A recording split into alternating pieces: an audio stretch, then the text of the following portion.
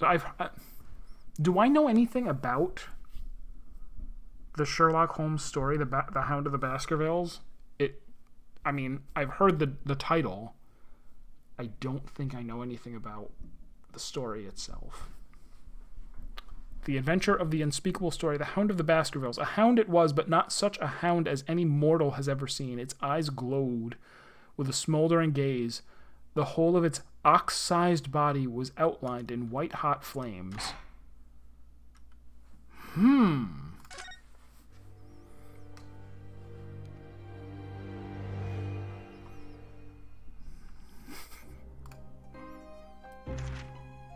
It's coming! Sholmes's cry pierced through the thick wall of fog around us. Wisps of vapor flowed over the pistol as I cocked it, and I waited breathlessly in the stillness. The silence lasted for what seemed an eternity, until, at last, it appeared. From the shadows of the cloud, an enormous beast sprang out upon us. A hound it was, but not such a hound as any mortal has ever seen. Its eyes glowed with a smoldering glare. The whole of its ox-sized body was outlined in white-hot flames. I faded. Its rumbling, it's dog time. Hideous howl. So terrified was I that I began to tremble with fear. Look well, Wilson, Sholmes declared, gazing upon the mystical beast.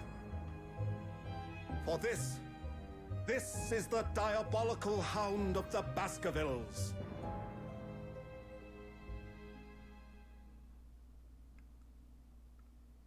Oh, that's all? It was a hologram. Obvious. Jeez. These freaking amateurs. I should be the head detective. Our first 2 whoa, time skip. All right. Our first 2 months in London passed by in a flash. In that disconcerting courtroom experience we were first thrown into on the day we arrived in the country, and Soseki-san's terrible ordeal that had followed closely behind, we had emerged victorious. However, there then came an abrupt end to our opportunities to appear in court, which was hardly surprising, of course, since I was nothing more than an amateur, an unknown student of law from a faraway land. So life in our little office was very quiet. That is, until it was shattered one day by that fateful telegram.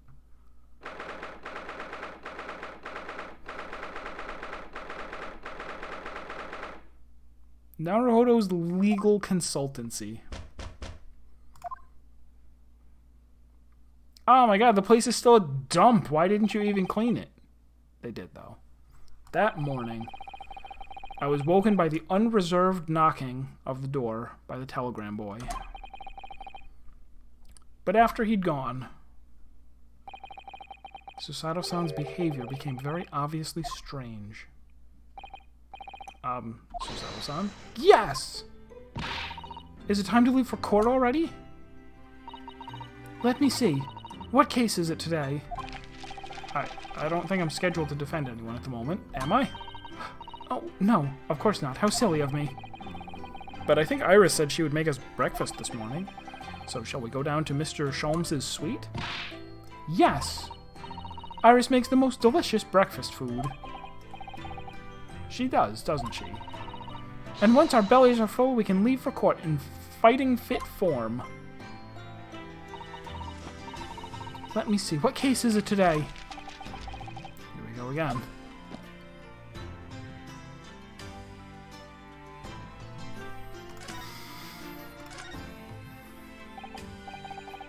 So, what was it about?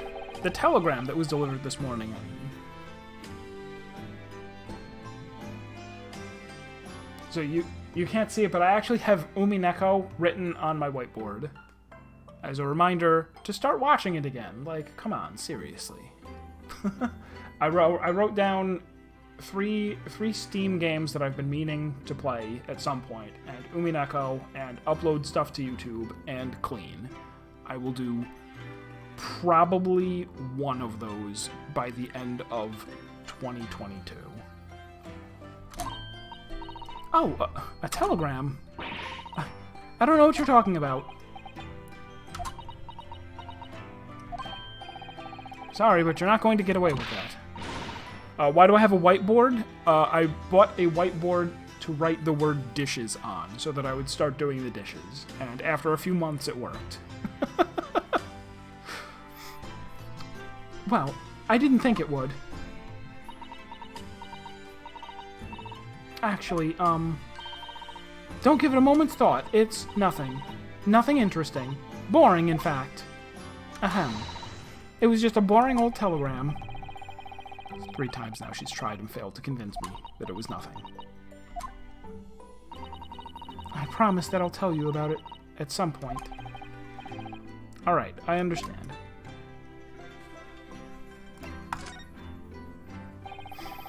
I suppose Soseki-san will have arrived back in Japan by now, won't he? Won't he have? Grammar? Yes, I should think so. He left immediately after that terrible ordeal. Which would mean he should have completed the voyage already, or be just a few days away. A fortnight ago, we had that very long telegram from him, do you remember? Complaining of seasickness. But by and large, it seems the voyage has been going well. Oh, I mean, yeah, I've watched... Because on YouTube, I don't own it, but on YouTube you can just find, you know, somebody just playing out the whole game without any commentary or anything. And I've watched, out of the 8 games, I watched like 7 1/4 and then stopped. And then a couple times restarted watching the 8th one and never got back into it. And I'm now going to have to start from game 1 again to remember. Or I don't know if you... I guess they're not considered 8 separate games, right? It's like 4 chapters packaged into each of 2 games. Sounds about right. Like, it's such a... Like, I obviously was enjoying it, and I enjoyed the one before it, Higurashi. Is there something wrong, Naruhodo-san? I was just wondering what might have become of Soseki-san had he stayed in London, that's all. You mean, as regards Lord Van Zieks, the Reaper? Yes, I can't help but wondering if seasickness would have paled into insignificance in that case. The Reaper. What is it they say? That no one who stands in the dock can be saved from the Reaper, right? Like the way that nightmarish trial ended on the very day we arrived in London. Even 2 months on, the cause of that dreadful fire is still a mystery. Yes, but at least Soseki-san is safely out of the country now. Presumably that means that the curse of the Reaper can only take effect within the confines of the city of London, perhaps? Even if that's the case, it's little comfort. A terrible sense of foreboding. If the legend of the Reaper is to be believed, it would mean he wields the sword of justice himself. No, that's Blainor you're thinking of. Come to think of it, I wonder what he's been up to these past 2 months. Surely not wielding that sword against more acquitted defendants. No, I don't think so. Apparently, Lord Van Zieks hasn't appeared in court once since our last encounter. Oh? Yes, since Soseki-san's trial, he's withdrawn from judicial service again, it seems. Really? Just like before, when he wasn't seen in court at all for several years. So it's just been me who's had to face him in his recent spate of trials, then. Ugh, just my luck. I wonder if luck doesn't come into it. Sorry, what was that? Oh, nothing. Never mind.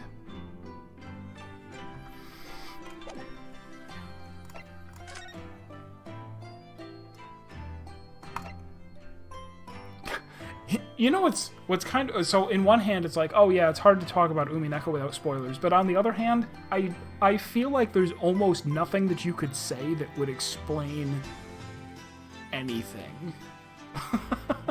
Like, there's very little that you could say that someone who would go in and go, well, I see where the whole story's going because of what you told me in, you know, in 3 sentences. It's one of the, like, hardest to spoil stories I can think. I mean, there's... you could, like, what could you say? You could say, like, oh, everybody has, like, the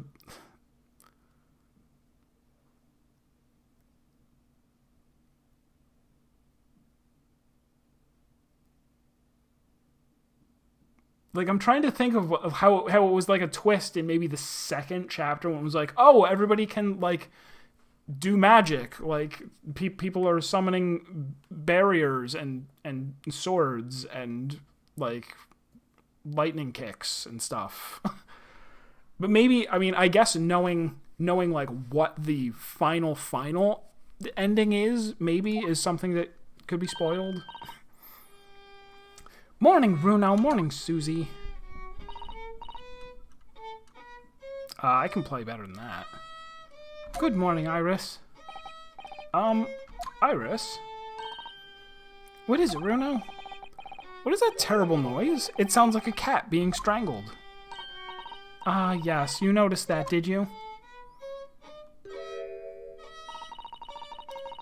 Hurley isn't in the best form this morning, it seems.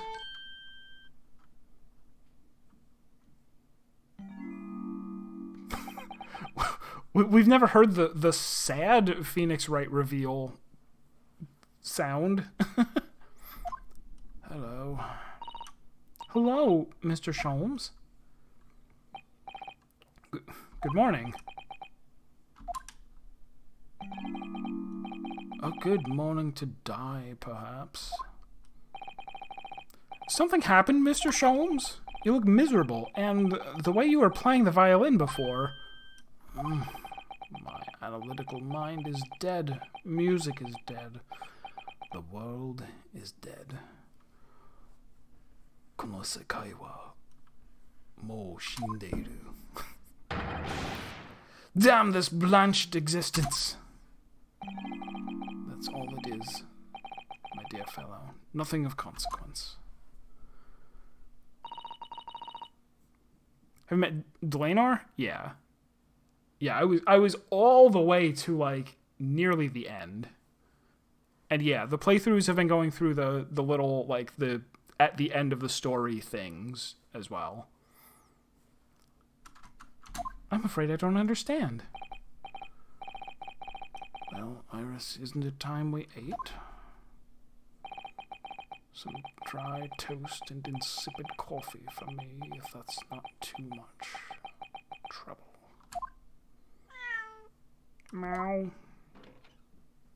Cat. Oh, look, it's Wagahai. Good morning, boy. Ow. That must be some sort of tiny door for cats to use. But how did it get there?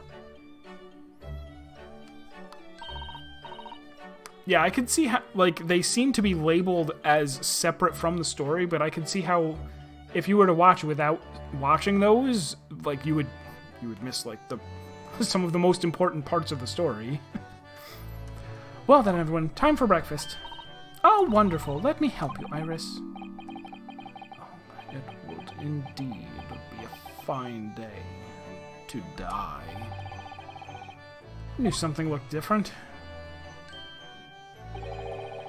Something's missing from Mr. Sholmes' desk.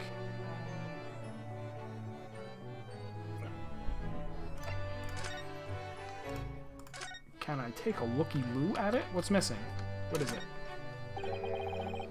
Look at Mr. Sholmes' desk. It's completely clear. Isn't that enormous machine usually on it?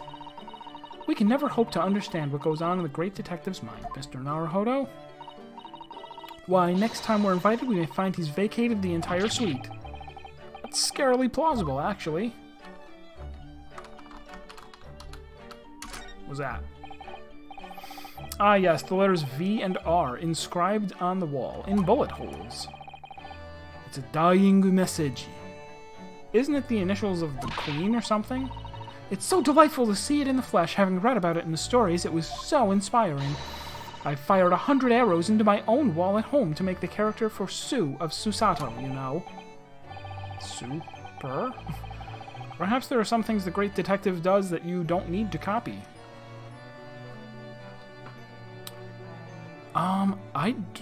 Did Higurashi have things in between the chapters? That I'm not even sure. What, like the thing that I watched. It had that weird part just before the last one where you did all of the, like, looking at... I forget. It's been even longer since I've seen that, so I don't remember.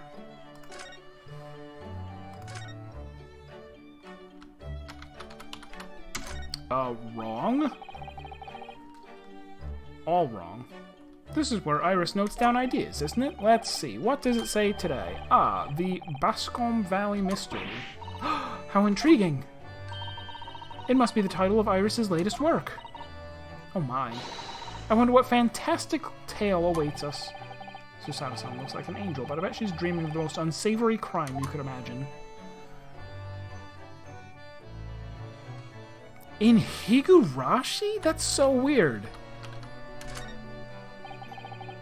Come to think of it, I haven't seen Iris doing much writing recently, but there's paper already set up in the typewriter. Look, as if she's about to start. That reminds me, when I mentioned Iris was in the process of writing a full-fledged novel, Mr. Natsume was most impressed. Ah, yes, Mr. Natsume. That's what I'll be doing too, once I'm back in Japan, he said through tightly clenched fists and teeth.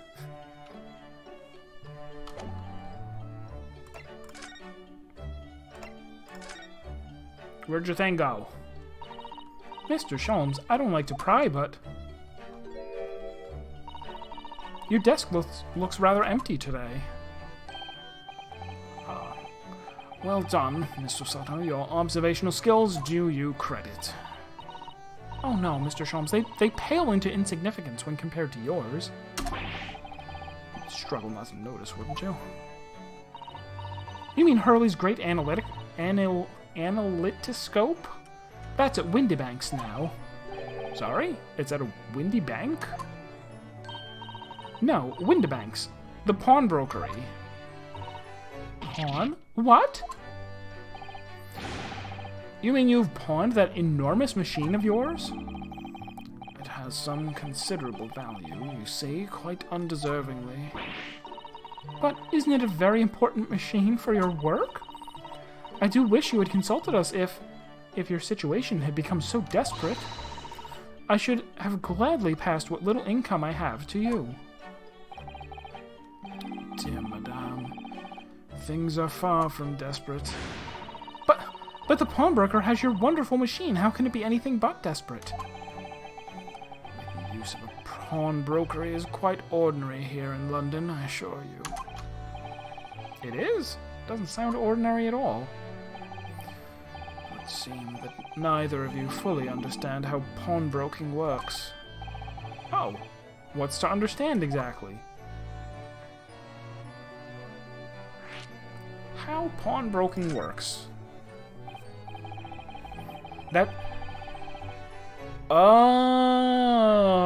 Oh, that's crazy. Okay, that's why the first Tea Party in Umineko was a twist for Higurashi readers. They assume it was just silly things the characters talking about how they died again, which did happen initially, right? Until Battler was like, wait, that wasn't a good story. He's like, obviously it wasn't a witch. What are you talking about? That is fun. What did you mean when you said we didn't fully understand how pawnbroking works? To the people of London, pawnbrokeries are akin to banks. Banks? On Mondays, merchants relinquish their finest jackets and trappings to their pawnbroker of choice. With the money they receive in return, they are able to trade happily through the week. And then on Saturdays, they go to recover their things using the money they've earned. I had no idea. This has been a fascinating lesson for us. Everyone does it, you see, especially people in inner London. Should they have money to spare, they would purchase another fine jacket. Not to wear, obviously, but to pawn, should the need arise. Oh, how ingenious. Instead of just putting the money in a box. So whenever we have something that's getting in the way, we leave it at Windibanks, you see?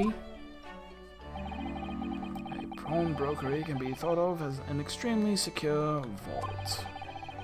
Who would have thought that even pawnbrokers are different here in Great Britain? Of course, you have to watch Hurley with it. Sometimes he pawns things he really shouldn't. Don't you, Hurley? Dots.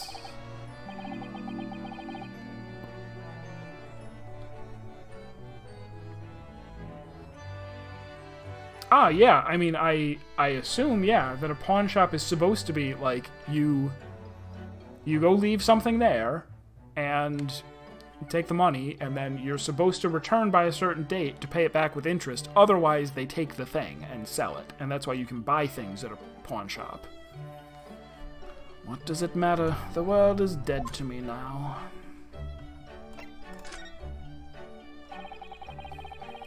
You seem to be very unhappy this morning, Mr. Sholmes. What's happened? It used to be the case that in my hands this violin sung like the dawn chorus. Its melissonant tones would make flowers bloom. They would? But now, the muses are unamused with me. The goddesses of music have thrown me over. Whatever do you mean, Mr. Sholmes? For hours I have bowed. Bowed? Wait. A violin has a bow. So do you say for hours I have bowed? For hours I have bowed. For days even. Through the night I have endeavored to no avail. That sound, my tone, is lost. That brilliant, clear, unwavering tone. Gone forever. No more recitals of unbridled emotion.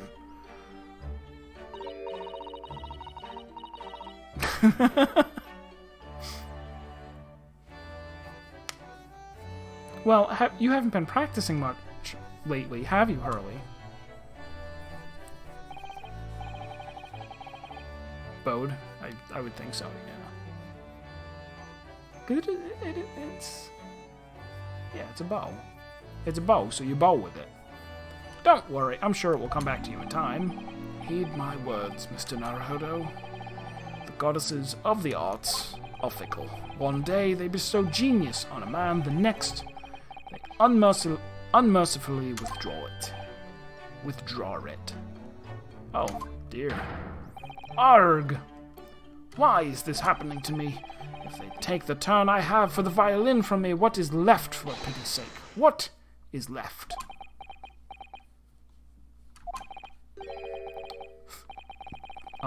Deduction, perhaps. Isn't that what you're known for?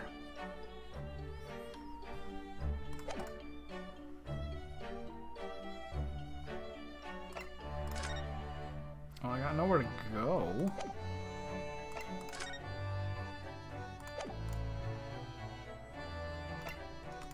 What else is left? This is left. I present it to you. What's left is that you can become a lawyer. No. This is you have given me the wrong thing. Look. Blah blah blah blah blah.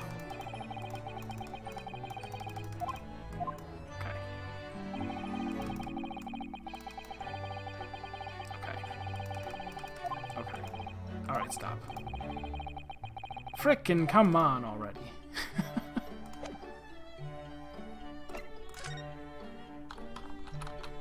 What, do I examine her? Mr. Natsume's cat seems to have settled into his new home then. Oh yes, and I've become very attached to little Waggy. It would appear his previous owner is completely forgotten to him. Cats are unfeeling creatures. Their mews as empty as the heart of the muses. If Mr. Natsume had no intention of taking Waggy back to Japan, I wonder why he kept him in the first place. I expect he would have taken him if he could, but pets are strictly forbidden aboard steamships in our experience. And for good reason. Terrible things can happen if the rules of passage are not obeyed. Well, I don't mind, because Waggy is adorable. Meow. Yes, he really is. Oh, yes. What about the door? I don't remember seeing that tiny thing in the main door before. Where did that come from? Oh, you noticed? You are observant, Runo. Look, I used this. It's my latest invention.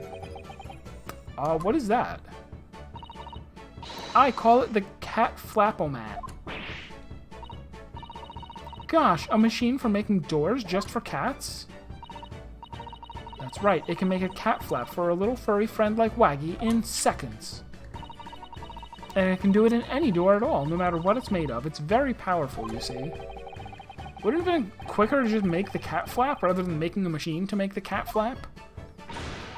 Well, yes, maybe, but now I can make cat flaps anywhere I like. Oh, I think it's wonderful.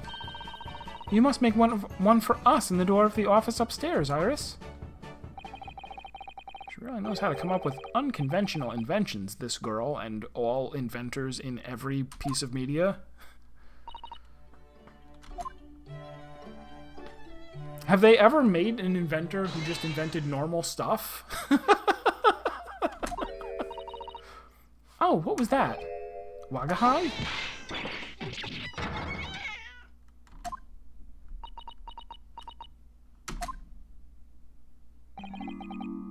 What was that? Oh no! Wagahai's tangled up in your violin! He thinks it's a toy! No! What's he doing to it?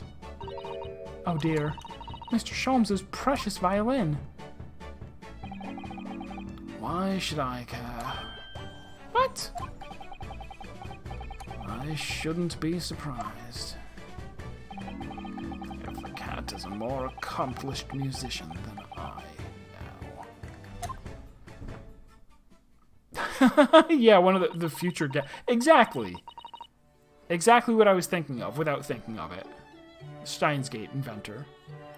Mr. Sholmes really is in poor spirits, isn't he? Well, anyway, I'll put it back where it lives, shall I, Hurley? Out of the cat's reach, if possible. Maybe we should assess the damage.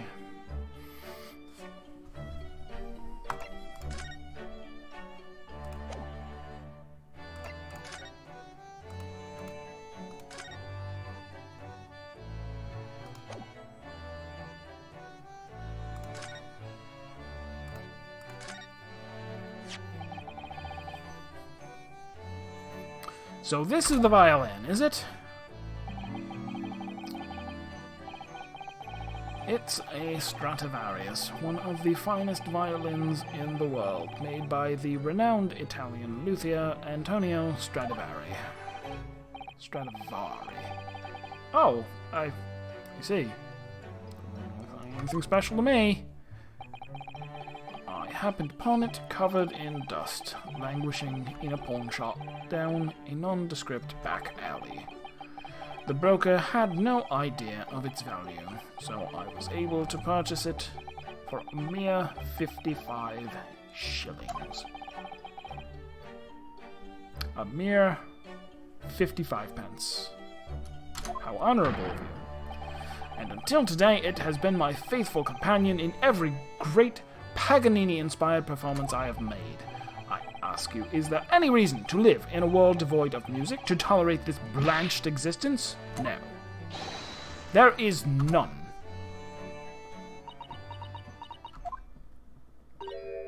Mr. Sholmes? What, dear madame, what? My thoughts are preoccupied with fancies of release from this dull routine. Well, it's about the violin. It looks very different to normal, don't you think? What do you mean, Miss Osato? Oh, Susie's right. Yes, the tone of the wood is completely different. And that's not all. I'm sure there was no crack here before. Wait, it's not even the right size, is it? What's this?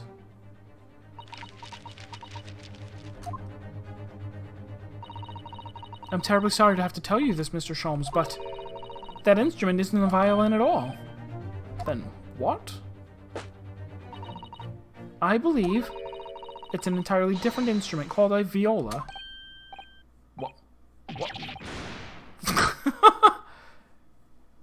Sholmes down. Oh, Mr. Sholmes, are you alright? You're right. You are quite right. This isn't my faithful Stradivarius. So what, pray, is this piece of stringed flotsam? Not your faithful performing partner, then. Ah, I see what must have happened.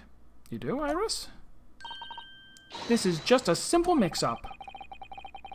Look, Iris might be able to tell us exactly what's happened if we ask her. Okay, I do that.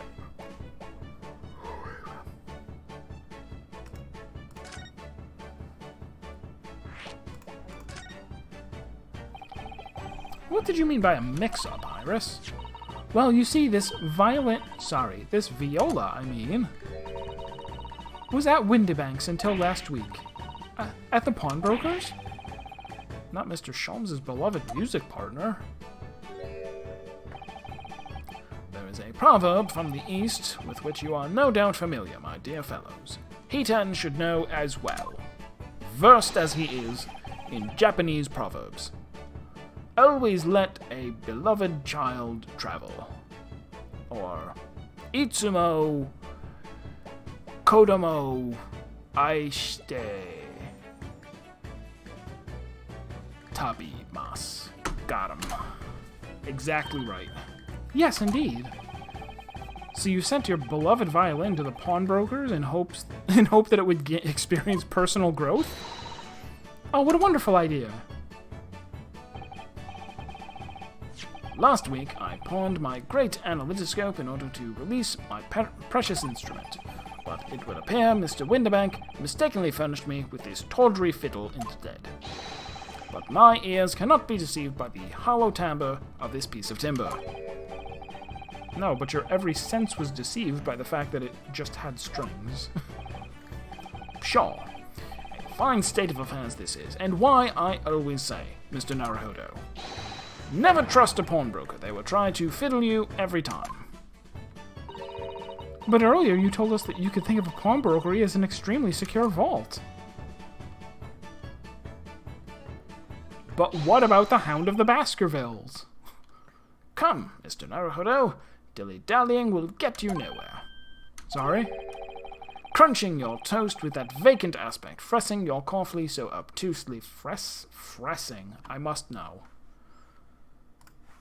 I've never fressed anything. What does it mean? To eat or snack, especially often or in large quantities. First time ever. Fressing your coffee so obtusely. Are you not a little embarrassed by your own conduct, considering the urgency with which we are faced? We must visit Mr. Windibank's brokery at once. That's right, isn't it, Mr. Sholmes? Precisely, Mr. Sato, without a moment's delay. I haven't finished my bacon and eggs. My dear fellow, surely you do not still intend to crunch your bacon with an increasingly vacant aspect, to fress your egg ever more obtusely. He fressed the coffee and now he's fressing the eggs. It's a mistake. But wait a minute!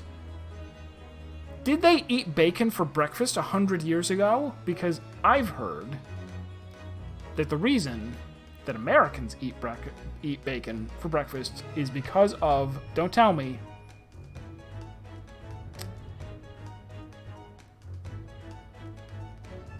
Beech Nut? Is that the company? There was a company that was like, we need people to eat more bacon. Oh! It's German time. This actually exists in German. Fressen means to eat, but is generally only used for animals or to make the comparison, like eating something very quickly or in large volumes. It is never used for drinks, though. I see. That will make it even easier to remember. Yeah, I want to say it was Beech Nut. Was like, we need to sell more bacon. And they hired some advertising genius who was like, I'm going to go ask a whole bunch of doctors would it be better to not eat breakfast or eat breakfast with bacon? And they were like, eat breakfast with bacon. And he was like, 100 out of 100 doctors say eat bacon for breakfast. And that's why we eat bacon for breakfast now. I'm not sure how accurate that is, but I think it is pretty accurate. All right. Say no more. Let's go then. Don't worry, Bruno. I'd be happy to heat it up for you again later. Oh, thank you, Iris. As it happens, I am rather curious to see what a British pawnbroker's looks like. It might be, but people never ate it for breakfast. It didn't become a breakfast food until then. Which I want to say it was 1940s, let's say. No, the war was happening. Let's say later. Let's say 1950s. Oh, I can just go out to Baker Street without going in? But there's nothing and no one here. Oh, we're directly outside. It's already been 2 months since we started taking lodgings here above Mr. Sholmes' office. I still can't quite believe it. I never expected things would turn out like this. Living in a place with 7 windows? Highway robbery. Oh, I know, to actually be sharing accommodations with the world's greatest detective. If I ever find myself before a court of law now, I will have not one regret. I don't know what you're talking about, but I'd be happy to defend you, of course. Alright. Let us kung fu move to the pawnbrokery.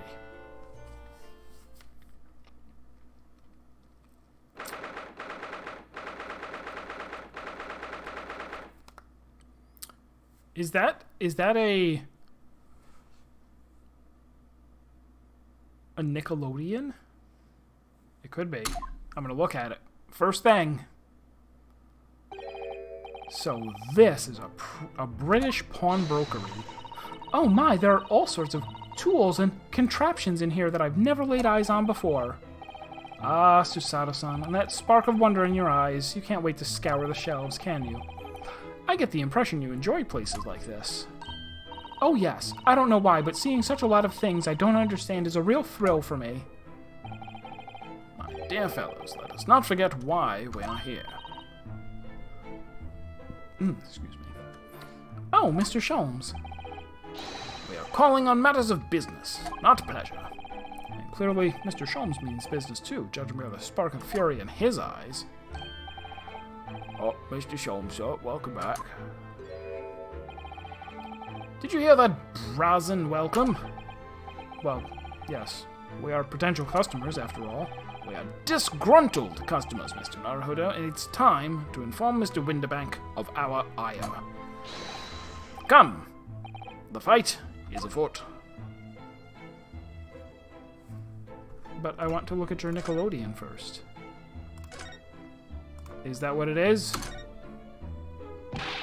What are you doing, my dear fellows? I was looking at the Nickelodeon! We're not here to browse for interesting curios. We've come to teach this broker a lesson. Oh, but there are just so many fascinating items. It looks as though we'll have to talk to Mr. Winterbank first before you can explore in here, Miss Susato. Very well. Alright, I'm supposed to kill this guy, and then we can take the stuff. Is that what we're doing? I forgot. I attack. Naturally, you will recall this, which I retrieved from you some days ago. Oh, yes. This second-rate fiddle is not my faithful instrument, Mr. Winterbank. The color of the wood is different. It has holes in it. It's not even the same size. A wonderful summary of our observations, Mr. Sholmes. I'm so very sorry, sir. How utterly unforgivable of me. An inexcusable mistake for a pawnbroker. There's only one way to make amends. No! He jumped out the window. No, nope, he's...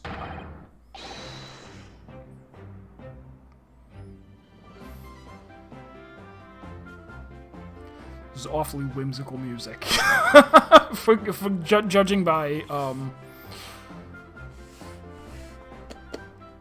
awfully whimsical. Harry, is that you? Are we in Disco Elysium? He's got sideburns that somewhat resemble, and he is putting a gun to his own head. Maybe that is Harry. Or no, that was his name, right?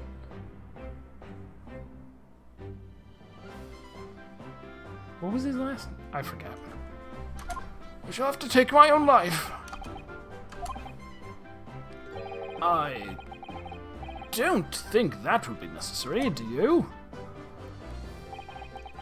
If I might just say one thing before I pop off. Dubois. Harry or Dubois, of course. Ah, yes? It was you, sir, Mr. Sholmes, who took it upon himself to remove the item the other day, I believe. Sorry. As I recall, I entered the storeroom to fetch your violin when I heard, "Ah, here it is." You did? And when I turned to controvert you, you had taken the viola and left, sir. However, there can be no doubt that the blame lies firmly at my own door for allowing you to leave. So I shall not grumble or grouse any longer. May this guilt die with me. No, stop, my dear fellow. The fault is mine.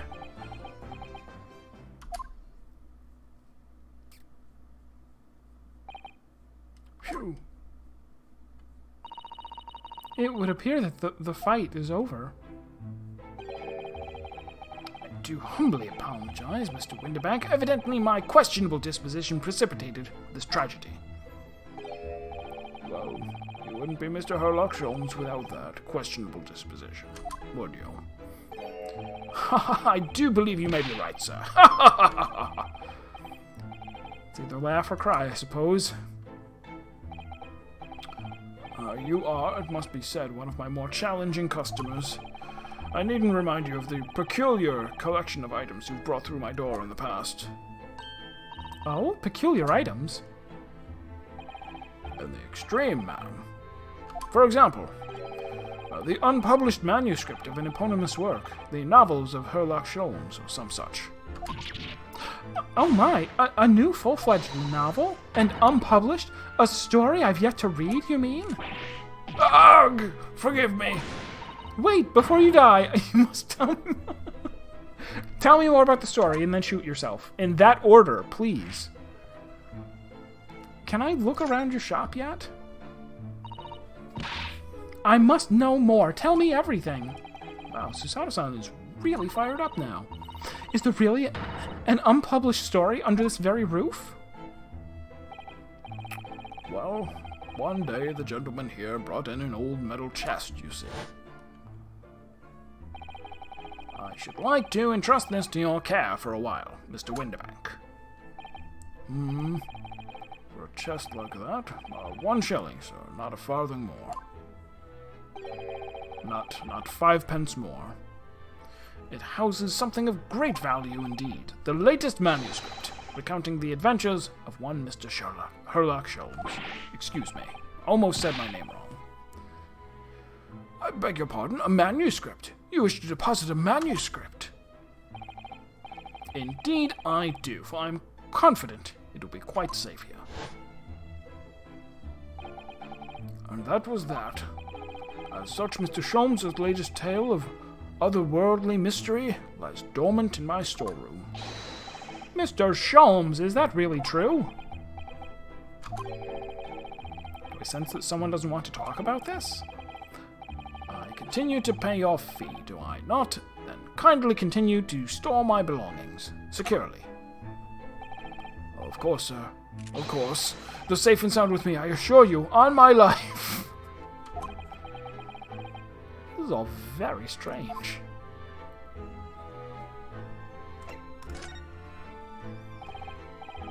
I wonder, could I ask you something? Gentleman from the east, I see. Yes, that sable suit. I suppose I could offer you 6pence for it. I love that we're still using pence as a suffix. I adore it. Without wishing to offend, the tone is somewhat dull. Sorry? Aha, but for your splendid attire, ma'am, 5 guineas, no less. The colors are exquisite, the design exotic. Eastern artistry at its finest, may I say. Oh my, 5 guineas, you say? How interesting.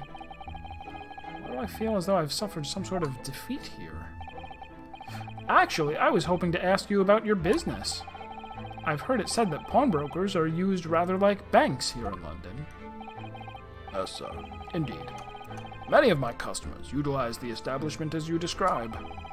I appraise their items, offer them a proportionate loan, and 2 months of secure stowage. If in that time they repay the original sum to me, plus the agreed interest, their items are happily returned. But what happens if they don't pay you the money? Then the items are offered for sale in my shop, as you can see on the shelves behind me.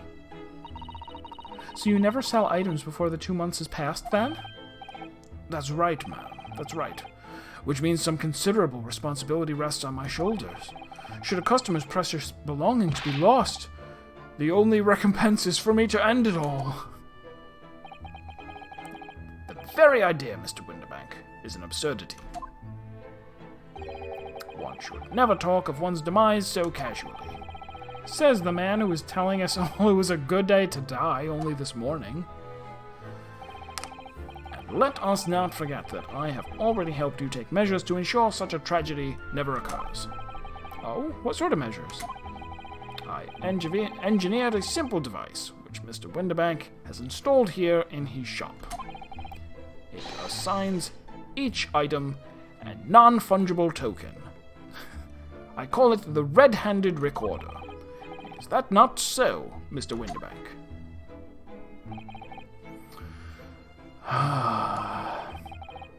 What was that deep sigh about?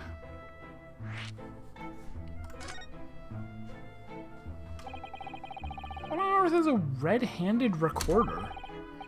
Use your eyes, my dear fellow. There are 2, just below the ceiling. I can see what appears to be a camera attached to some sort of timing device. Very astute. It is indeed a camera furnished with some 100 pieces of celluloid film. And every 30 minutes precisely, the camera automatically records the murder that is going to occur in this shop. Here, I have an example I can show you.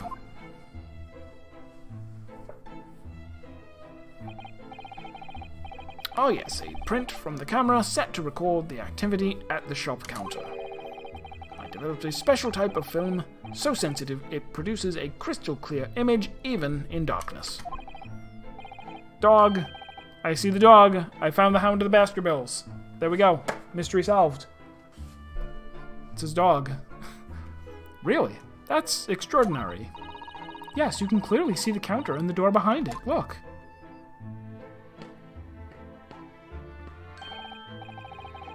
So you see, were someone to enter the premises with ill intent, his identity would be summarily exposed. Yeah. 1/1800 FPS. Very, very good security camera. Oh, what is that thing? Percy Bakery? Is the sign hanging? But did you not say the photographic prints were taken at 30-minute intervals? Indeed, as you say, my dear madame. Then what if the incident were to occur in between times? One could only say that would be a cruel twist of fate. I must confess your devices have been giving me some cause for distress of late.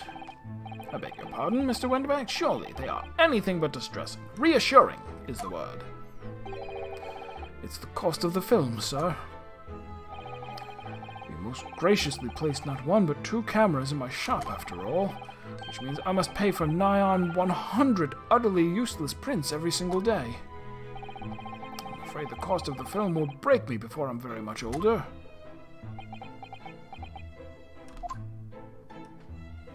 Perhaps if you were to put the camera on top of some sort of moving bookcase with a sensor. Nevertheless, a small price to pay to ensure the safety of my preferred pawnbrokery, no? My dear fellows, we verge on an age where safety and security come at a price. Oh, heaven help us.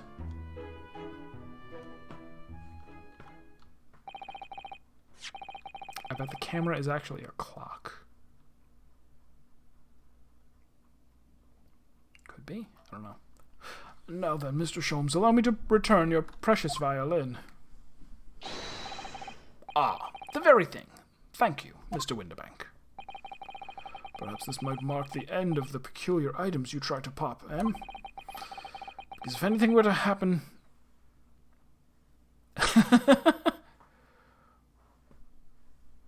The 4 rolls of 1248.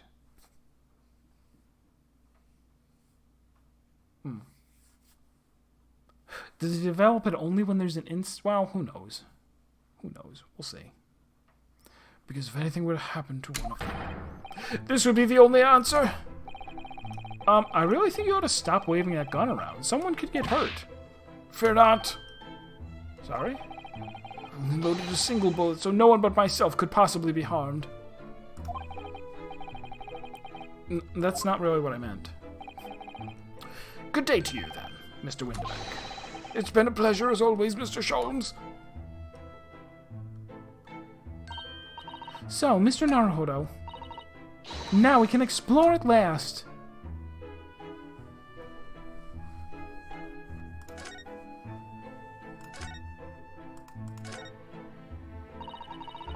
Now, what do you suppose this rather enormous machine does? It seems to have 2 little windows for looking through. Allow me to enlighten you, my dear fellows. What you are looking at is a Nickelodeon. They have mistranslated it as stereoscope. A stereoscope? Fascinating. It is aptly named... Come on, man. Don't say you got the name right. I got the name right. Didn't I? I'm not making it up, am I? I probably am.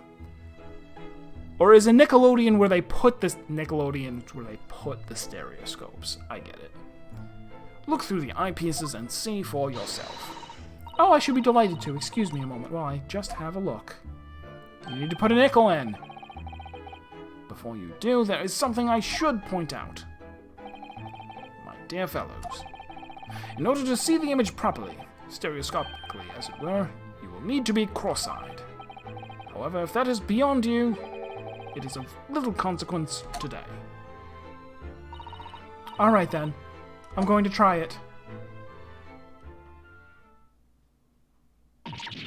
Ah! Mr. Naruhodo, you must see, at once. Okay, so I was right then. A Nickelodeon is a subset of stereoscope. And this one, if we're being honest, is probably a Nickelodeon. I know these things. Oh, alright. So I need to be cross-eyed, like I'm trying to look at my own nose.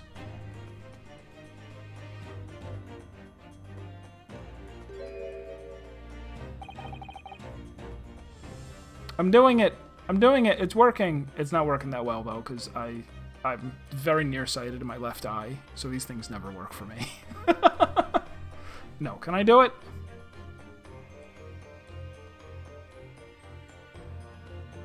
Yeah, I can kind of do it. Neat.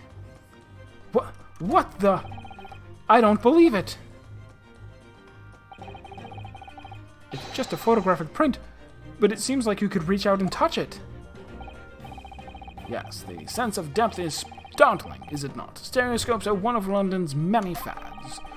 They are often found in little stalls in the park. People queue for hours to see them. Why? Why are people meddling with such black magic? It is no magic, my dear madame. It is, well, far too complicated to explain at present. We shall save this lesson for another day. Oh.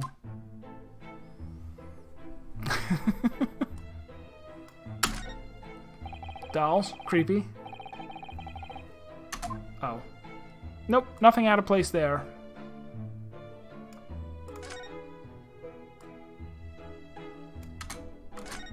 Back room, very unsuspicious. Seems to be a little door hidden behind that curtain there. That leads to the storage room, where Mr. Winterbank keeps articles that are currently in pawn. Ah, I see. There's nothing of particular interest inside. I certainly wouldn't recommend any larcenous activity. Recommend it or not, it's not something I tend to do. There is but one key, and Mr. Winterbank keeps it in his pocket at all times, except when he is dead, which will be soon.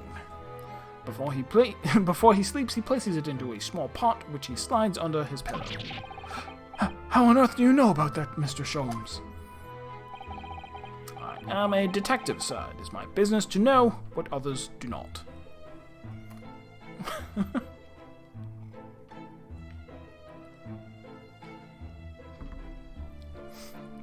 I have it on good authority that the devs and localizers have never once spoken to a real lawyer. I am frequently assailed with information that I neither care for nor wish to retain. Mr. Sholmes, you are a wonder.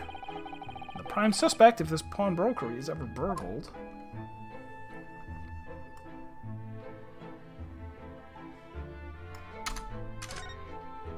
What's that? That's not what I looked at. Look at that enormous ledger open on the counter there. Mr. Winterbank is, if nothing else, very particular about recording the items he accepts. Well, I would freaking hope so. That's your one job. And there's the Hound of the Baskervilles. He'd have to be, otherwise he'd get himself in all sorts of trouble. Which might explain the thing that catches my eye far more than the ledger. Dog. Oh, gun. This revolver here. Do not entertain even a single thought of pilfering an article herein, my dear fellow.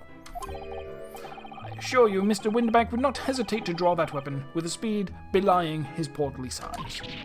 Oh, you don't mean he'd... Blow his brains out, indeed, in recompense for his blunder. Oh my. But in any case, of course we would never do such a thing. How could you even suggest it?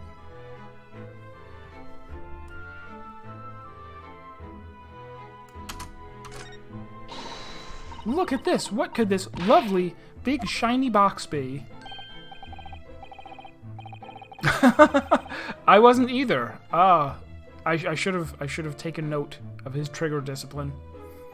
That, my dear madame, is a music box. Surely you have such things in your own country? Oh my, yes, but I've certainly never seen one so large before. Shall we listen a while?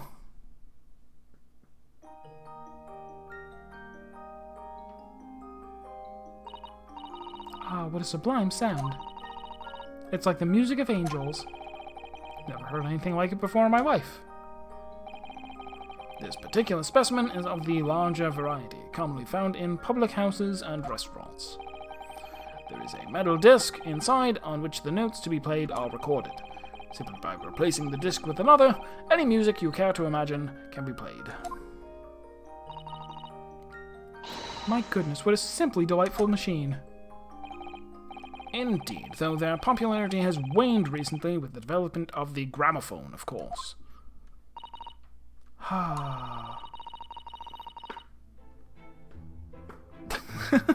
Dubstep music box when? I was waiting for her to ask what the song was so I could tell her it was Darude Sandstorm. Science and technology advance at such an overwhelming pace. I mean, they do now. They didn't back then. Wait freaking 50 years for there to be a gramophone.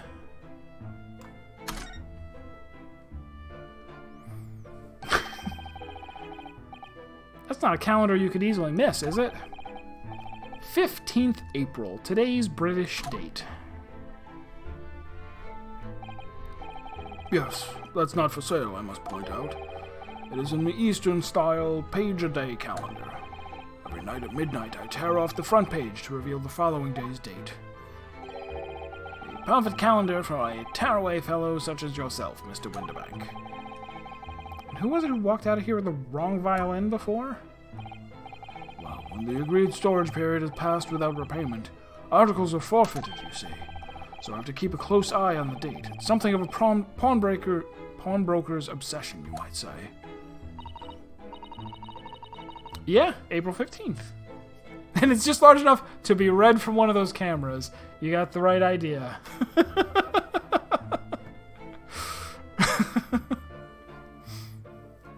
Just big enough for a dog. I see. Oh yes, I can see you're very dedicated to your job. Is there something in particular I'm supposed to look at so that we can move on? What an assortment of things there are on the shelves. Crockery, footwear, clocks, and watches. Almost anything you care to imagine. Those are forfeited items offered for sale by the pawnbroker. What does that really mean, though?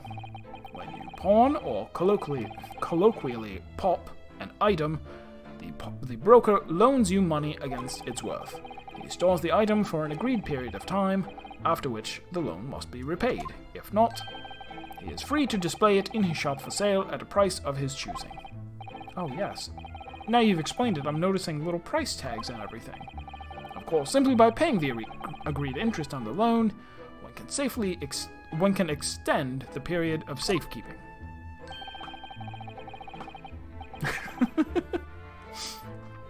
Yeah, I've already said, like, the fact that he's like, there's only one bullet in the gun. I have cameras that take a picture every half hour. One of them is pointed at my door, which we've noted is closed. Yeah, they have... It's almost comical. Just how heavily they can hit. Like, the really great subversion would be then if this happened and they were like, yeah, no, there's no pictures. It's like, yes, he died, but pictures have nothing to do with it. They have no clues. So you may pawn that black garb of yours without fear, my dear fellow. My treasured university uniform, never. It embodies my student spirit.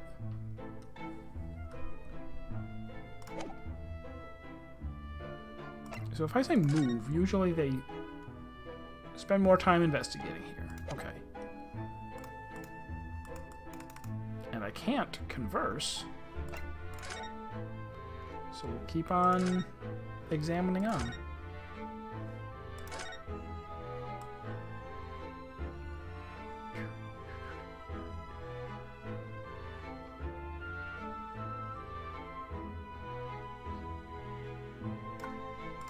Maybe the camera. Wherever it is.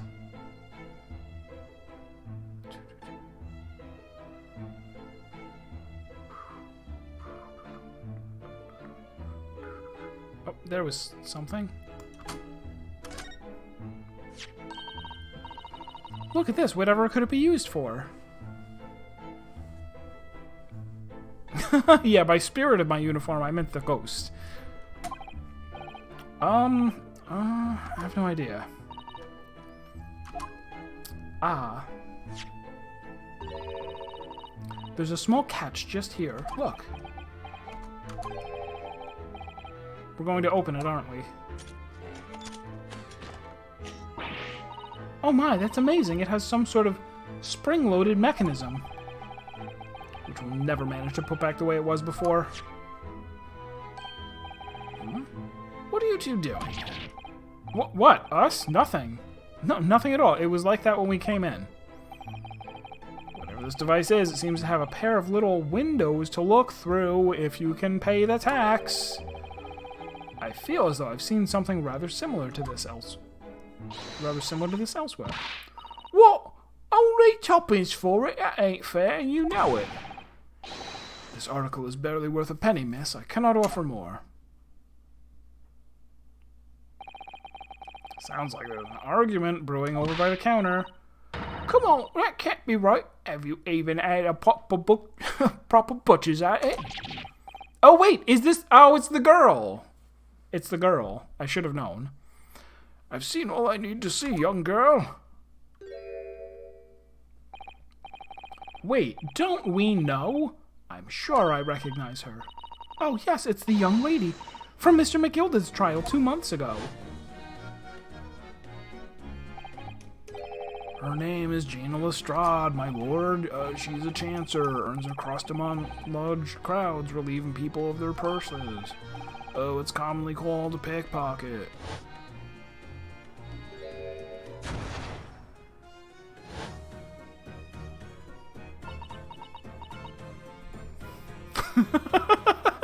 Oh, I'm sorry. This is abuse. You want the next? Classic Monty Python. Go to Bennett, you lot. Hello, Miss Lestrade. I hope you've been well. What? You remember me then, do you? Well, I remember being completely surrounded by smoke, that's for sure. So, what are you doing in here? Down and out like the rest of us? Nothing to eat? Come to pop that black coat, have you? Is a coat called a black weasel? What is it about this black uniform that makes everyone comment on it? Ah, good day. Unless I'm very much mistaken. You would be the young pickpocket who stole our experimental smoke wait, didn't you get it back? You put a bazooka, a real bazooka, to her head and took her with you. Didn't you take the gun back? Mr. Sholmes. I did interrupt her before she finished loading the gun, it's true. So, you have something of value to pawn, do you?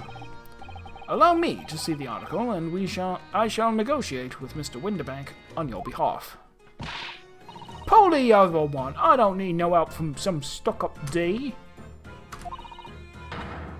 Get out of my business. Go on, or I'll make trouble for you. As you wish, Miss Lestrade. I will happily remove myself from your presence.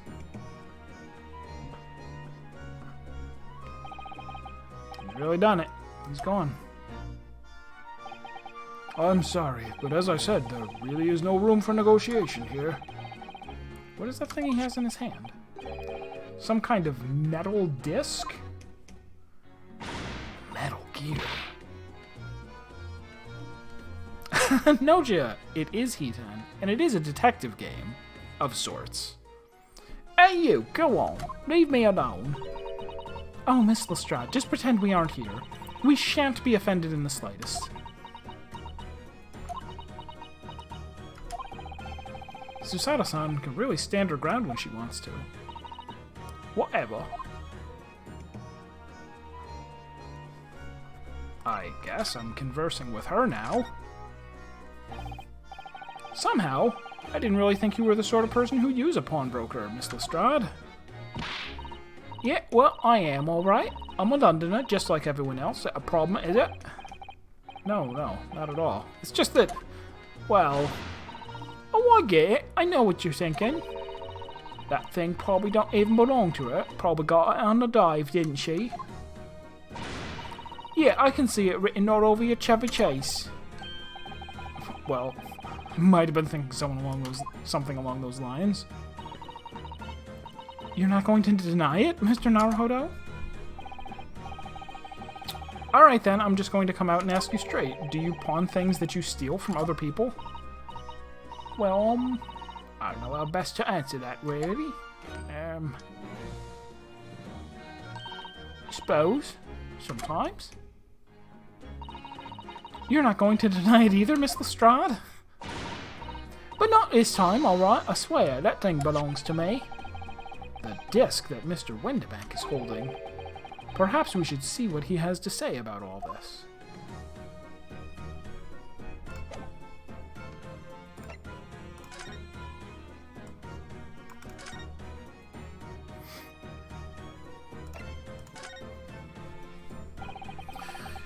She's been in before, of course, this little tatterdammer.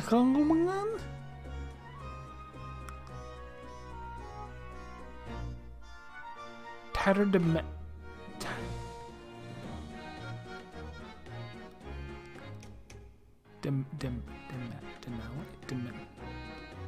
Tatterdemalion? Okay, that sounds like a word. And brought me some dubious article or whatever every single time, I might add. Dubious? What are you trying to say? I'm an honest customer, me. Where have I... No, now that I think about it, I've heard the word tatterdemalion somewhere before. We're digging deep.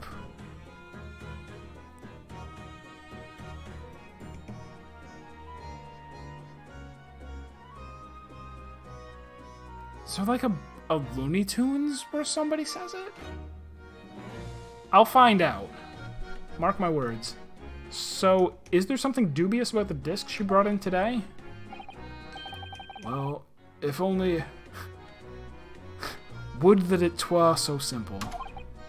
Sorry? What do you mean? What she actually brought in was a storage ticket. Ah, a storage ticket. So... Miss Lestrade has actually come to redeem an article from you today, is that right?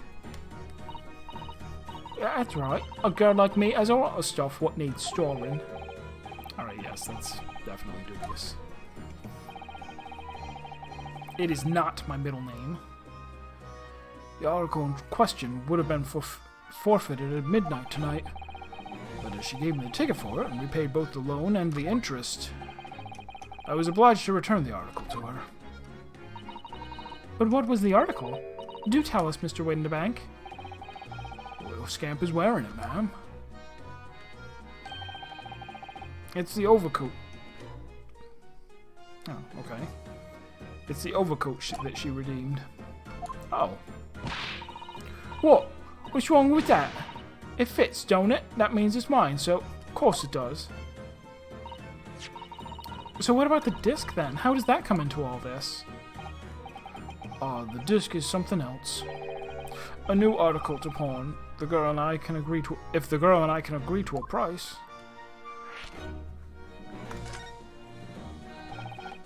I'm confused. I am confused. Why would you go, I need... Well, maybe you were getting, like, a less expensive thing and pawning a more expensive thing. I'm confused. I thought you said that Miss Lestrade brought in a storage ticket today. It's really quite simple. Yes, the child brought me a storage ticket and the money owed on it, as you say. For this heavy black coat which you returned to her care, as I'd understood it. That's right, yes. And rather unsurprisingly, as soon as the little ragamuffin put the thing on, she went rifling through the pockets. Oh, you mean... What? Don't you know it's rude to stare at a lady?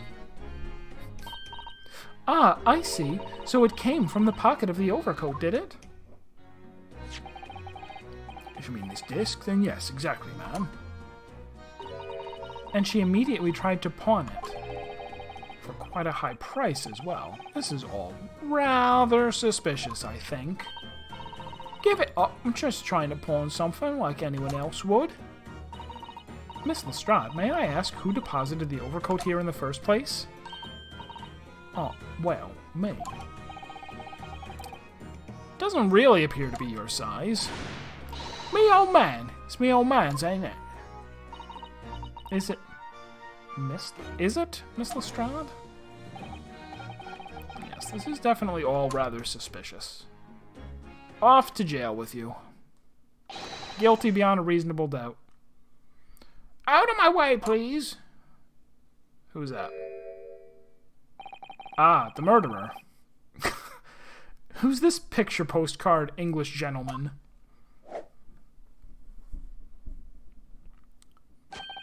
Byakuya Togami.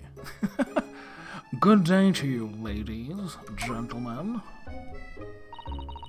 What's your pardon, mate?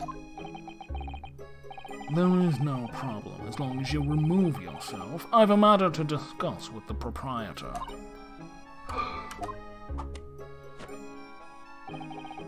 And if you intend to make a problem of it, I shall see you outside, little girl, for the hiding you deserve. Look, it's obvious I'm not done talking with him yet. Oh no, maybe this guy dies, and then the shopkeeper goes, yeah, I bet that's it. The shopkeeper's gonna go on trial for killing this guy. If you think you're such a gent, you ought to know how to wait in line. And queue. Well, you are an impudent little brat, aren't you? As well as a pickpocket. Who are you? How do you know who I am? The question is, how do you not know who I am? You haven't the courtesy even to remember the faces of your victims, it seems. What? You mean, from you? Broker! Yes, sir. I believe this filthy pocket thief has just redeemed an article from you, no? Yes, The article in question belongs to me. I demand for it to be returned at once, or for you to shoot yourself in the head. Oh my! Now, that's a lie. What are you trying to pull? Give me back my overcoat, you wastrel. And needless to say, any music box discs too. No, you can't have it. You just can't. It's me old man's, or it was. Now it's mine. Goodness, Mr. Naruhodo. This is a very awkward situation. Yes. I think perhaps we should hear both sides of the story in a little more detail.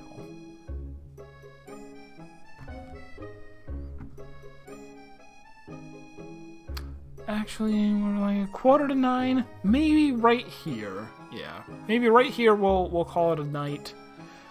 Pick this up again on Saturday. And keep right on going. Again, having a great time so far. This might be like one of my favorite Phoenix Wright games in the whole series. It's been wonderful. Nothing has been like super obtuse in any of the trials. There hasn't really been anything where I've been like, how was I supposed to know that? You know, like the leaps of logic that you have to make sometimes, or going like, I know what it is, but I can't figure out what you want me to tell. Like, it's been great. I'm almost like, was this made by the same teams that have made the other ones? I'll have to look into it. I'll also have to look into where I've heard the word tatterdemalion, and also what it is.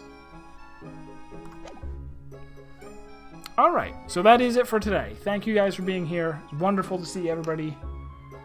More of this on Saturday, and then again on Monday. Have a good night.